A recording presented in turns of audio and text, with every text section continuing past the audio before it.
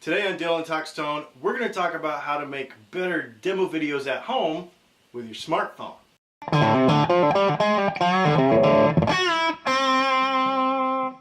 So you might be asking, why am I sitting Indian style on the floor doing a Dylan Talks Tone video?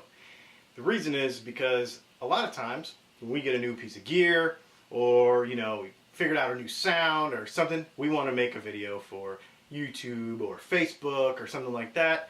And we sit here Indian style on the floor in our office at home and we make a demo video.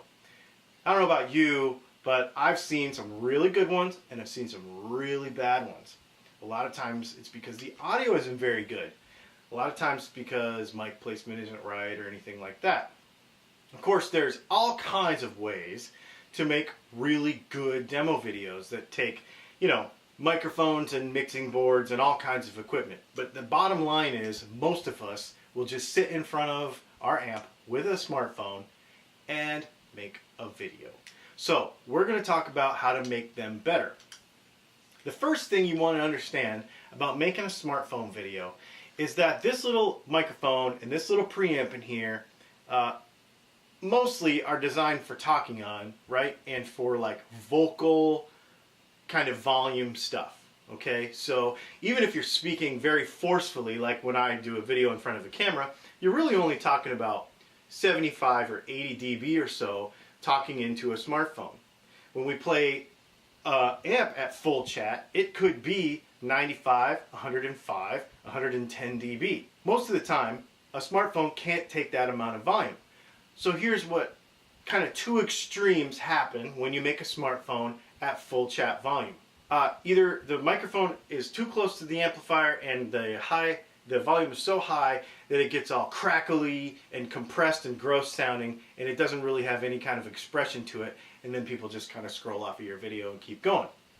The other thing that can kind of happen, because this is what we all want to do, we want to put the smartphone over here, right? And we want to set up like this cool shot with our guitar in the video, we got our amp over here, we got a pedal board, and then it's a little bit further away so the volume's correct and everything sounds good, but then when you listen to it back, it sounds like your video is at the end of a hallway or like in the middle of a coffee can tube or something.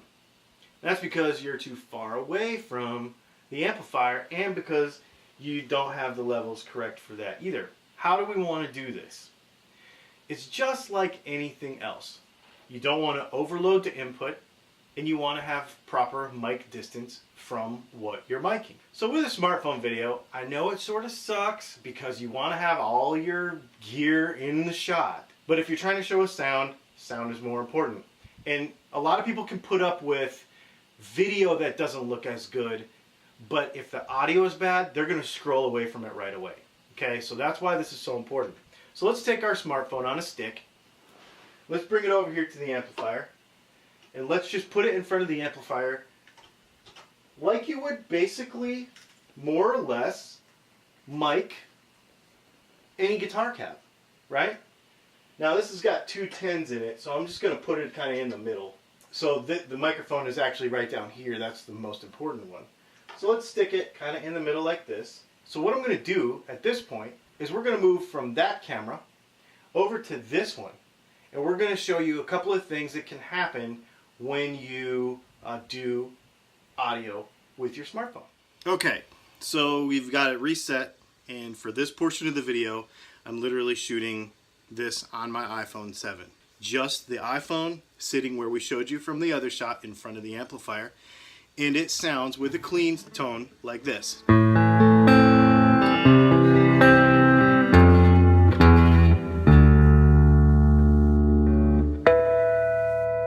Okay, just a little verb.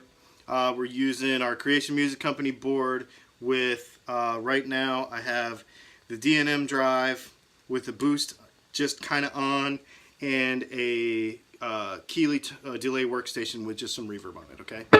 So that's it. No fancy microphones or no nothing. Alright, now here's what I'm going to do. I'm going to play this chord, and we're just going to play a chord, and I'm going to show you what happens. Okay, I'm going to turn the amp up. I'm going to play the same chord.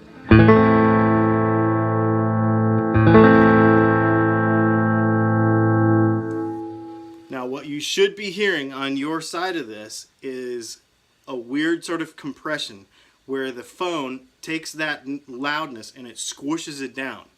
The problem is that when you're making a good demo video, is that it takes the dynamics out of your playing because the phone can only handle so many dB.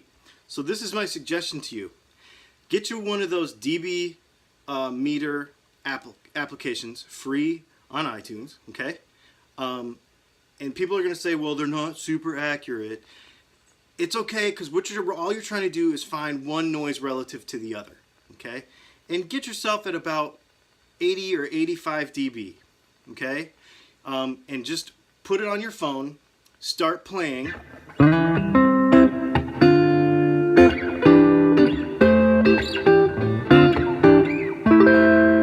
And get your loudest levels, you know, with your drive. That was too loud. And get your levels with your drive, right?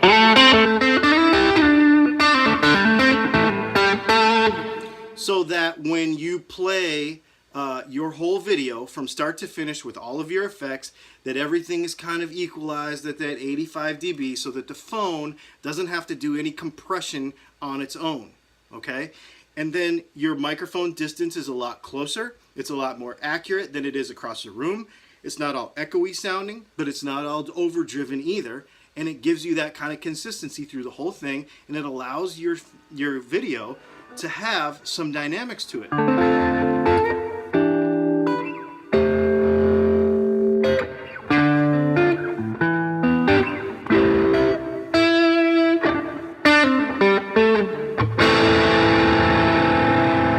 Instead of it being all compressed on the loud parts and, you know, kind of soft on the soft parts where it's just completely uneven.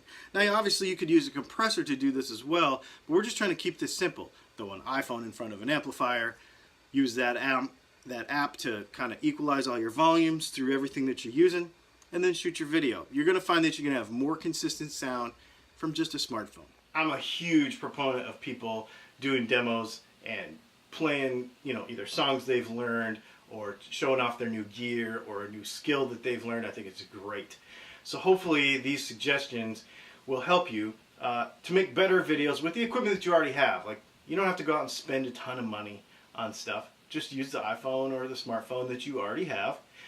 But basically all you're really doing is you're taking normal recording methods, setting your input levels, making sure that everything is consistent across the board, across your pedal board, and you're using a proper microphone distance.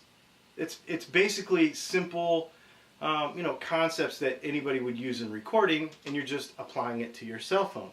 Now, I know it sucks because you're not going to have it across the room with this whole big view of all your equipment and stuff, but you can make other videos for that. Maybe make another video that just shows kind of like your rig rundown on what you're using. Or what you could do is before you start playing, take your cell phone and kind of do a shoot across of everything that you're playing. This is the guitar I'm using, this is the pedal board I'm using, this is the amp I'm using, these are the settings I'm using. And then set it down in that right place because you've already picked your levels and everything. Set it down in the correct place and start playing. That'll be far more effective than having a one take almost with bad sound the whole time. Hopefully all this stuff helps. My name is Dylan. This has been Dylan Talks Tone. If you like this video, hit me a like down there. Please share it and subscribe because we're going to have more stuff like this coming. And again, if you have any questions or anything you want to know about guitar tone, ask me and we'll shoot a video just for you. My name is Dylan and this has been Dylan Talks Tone.